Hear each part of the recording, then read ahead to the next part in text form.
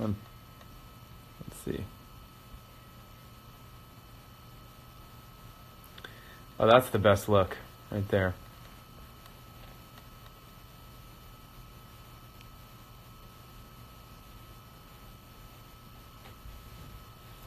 All right, you guys. I am going to let you guys enjoy the music for a moment, rather than talking over everything.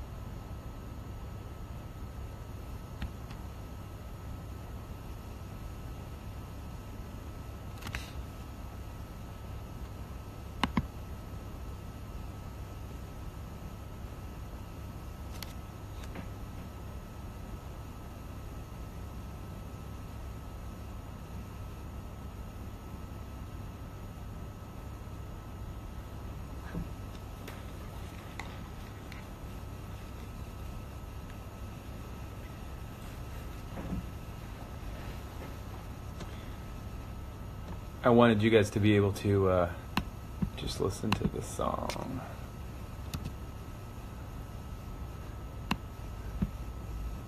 Hopefully you guys saw the live clip of Chester singing Crawling. The thing about that clip was remarkable is that, I mean, he's down there in the crowd and, you know, everyone's got their hands on him, and he's shaking hands with every person down there, and that was not the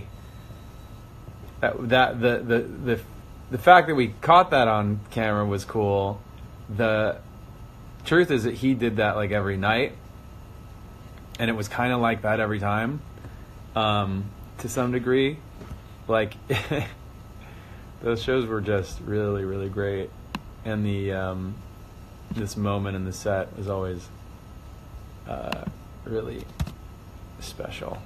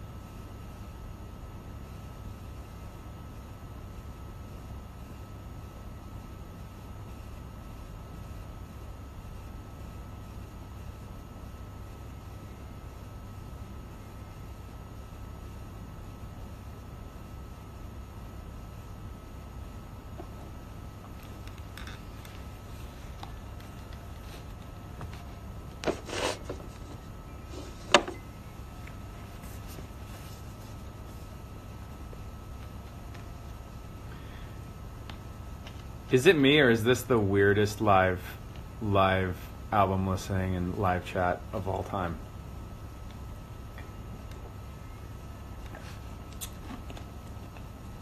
It's absolutely bizarre. It's weird to do it. I have to admit, I don't even know what to tell you guys. I don't know what to say over this stuff. I kind of would rather on this one that you just listen to it, but I promised I would be here, so I'm here.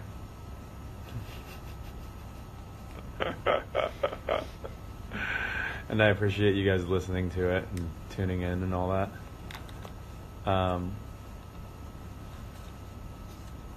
Yeah. A funny story about Leave It All the Rest and how it came into the set. We loved the song, and we always liked playing it the old way, which is the album version way. And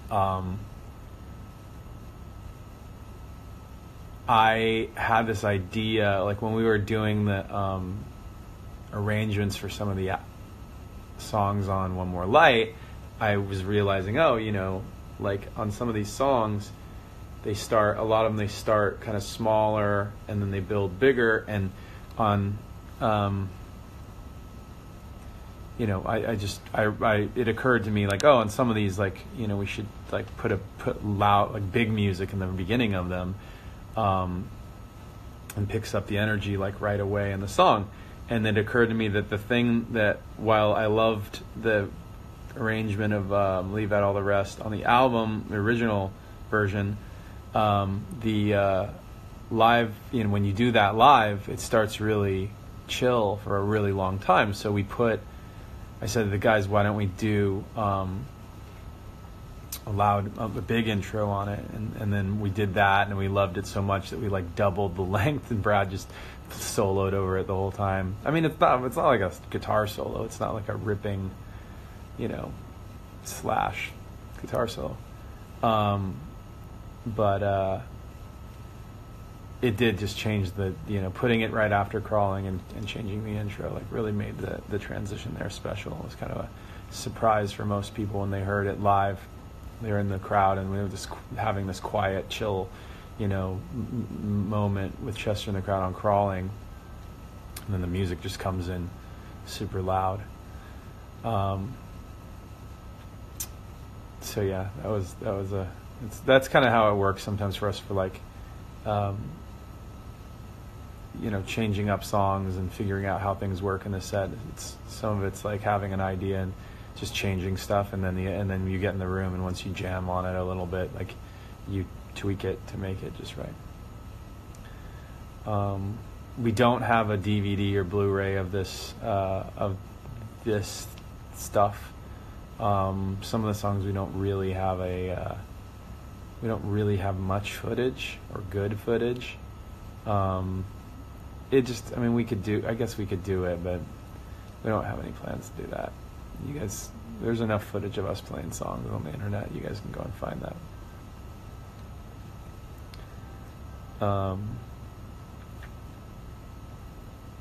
Thanks for passing around links to the album and buying the album and streaming the album and posting about it on online.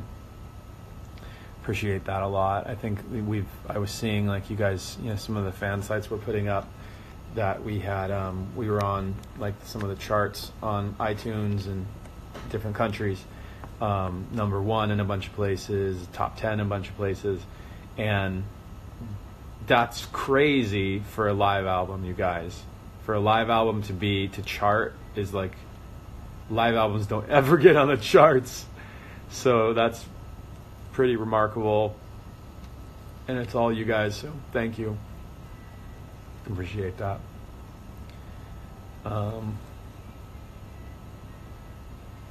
Yeah.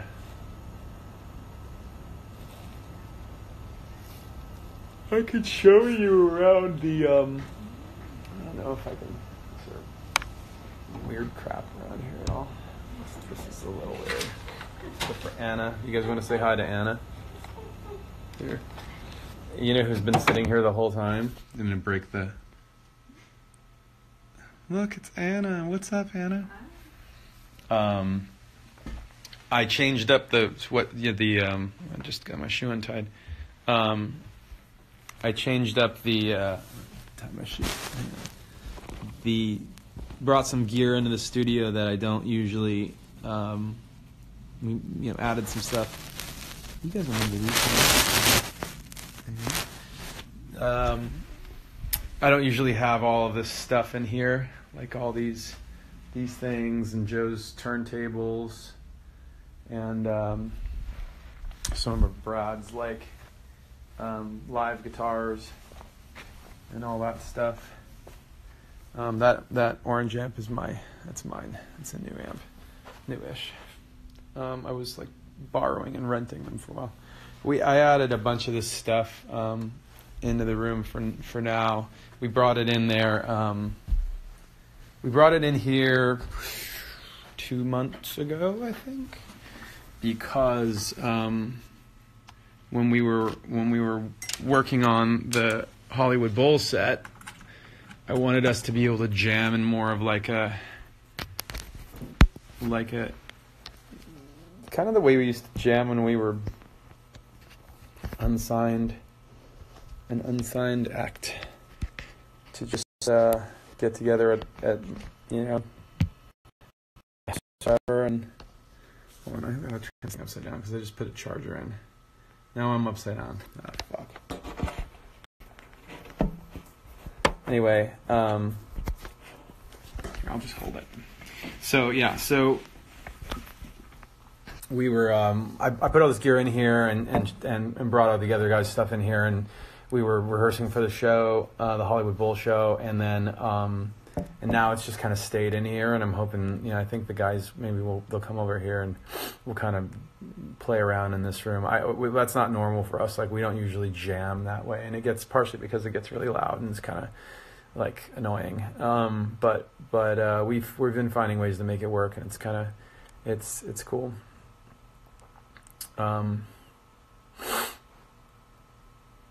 What do we got going on here? I'm in the upside down. Yeah, I was trying to get it. I had to plug in my phone because I think that the battery's getting low. From the chat. What song are we on? Let's listen, you guys.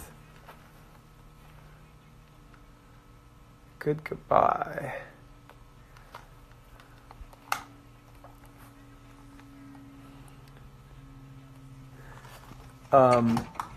Let's talk about Stormzy. He's great, man. What a good dude. When we were recording the album, like before that we started recording One More Light, I had heard a couple songs by Stormzy and I really liked them, but I had no idea that he was about to release like such a huge album. I didn't know anything about all that. I mean, part of it's just living in the States. And he, being from England, there was like hype about him, and people at the label over there knew how good the record was, and then it came out like right after we had gotten. He basically finished his record and then did Good Goodbye for us, and then was doing promo and all this, and then he came out and we had like this massive #1 album in the UK.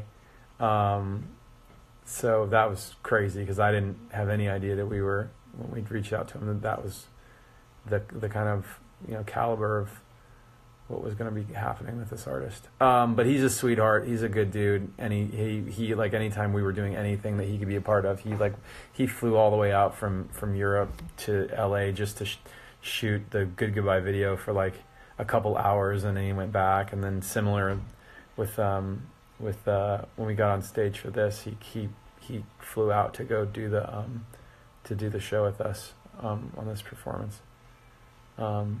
He's really funny. If you guys have if you look up his interviews and stuff on YouTube.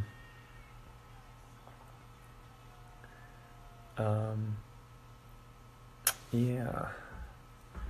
How old am I? That's a great question. Kate, you have the Googles. You can do it. I am 54. All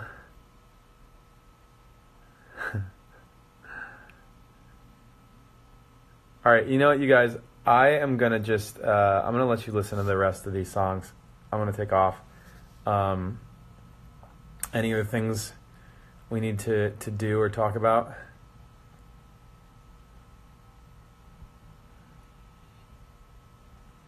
Thank you, guys.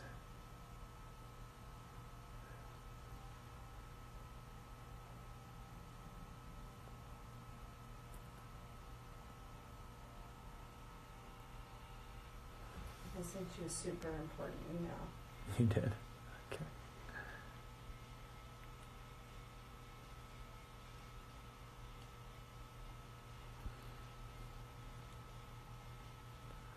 Thank you, Christian Hampton.